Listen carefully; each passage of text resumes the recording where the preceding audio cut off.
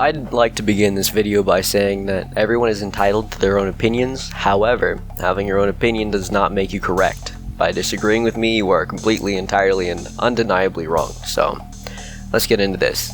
First, some tomato history. Tomatoes originated in the Americas, and for some reason, people thought that these red, pimple-looking, pus-filled sacks of shit tasted good. So they shipped them to the rest of the world and were eaten by equally shitty sacks of pus. Luckily, Europeans understood how terrible the tomato was and had some countermeasures for this vegetable of a fruit. Oh yeah, did I mention that this disgrace of a plant is a fruit? Somehow I'm put on par with kings such as apples, peaches, oranges, and kiwi?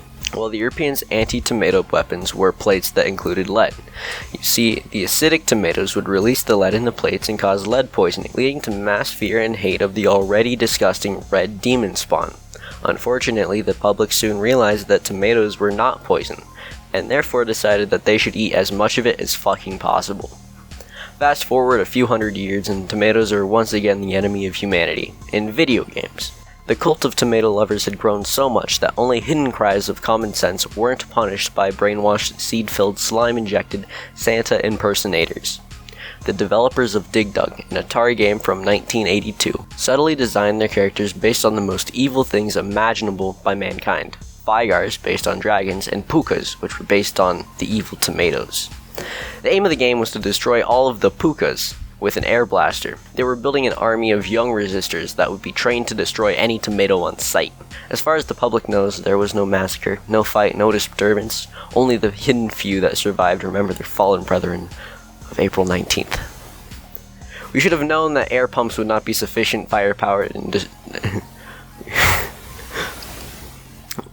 We should have known that air pumps would not be sufficient firepower to destroy the tomatoes. We simply could not destroy them as quickly as they grew back.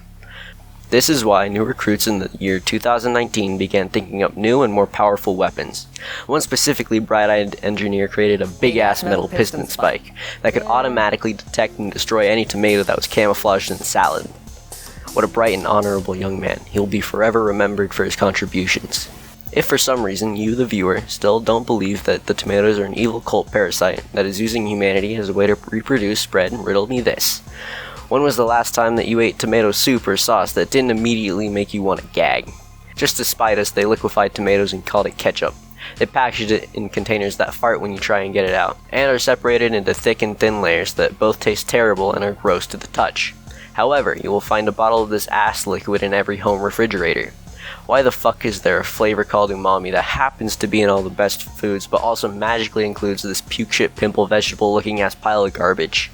Well, that's because there is a cult of tomato people. Wake the fuck up. If you or a loved one is already turning down the path to a tomato life, please share this video and seek help from a therapist.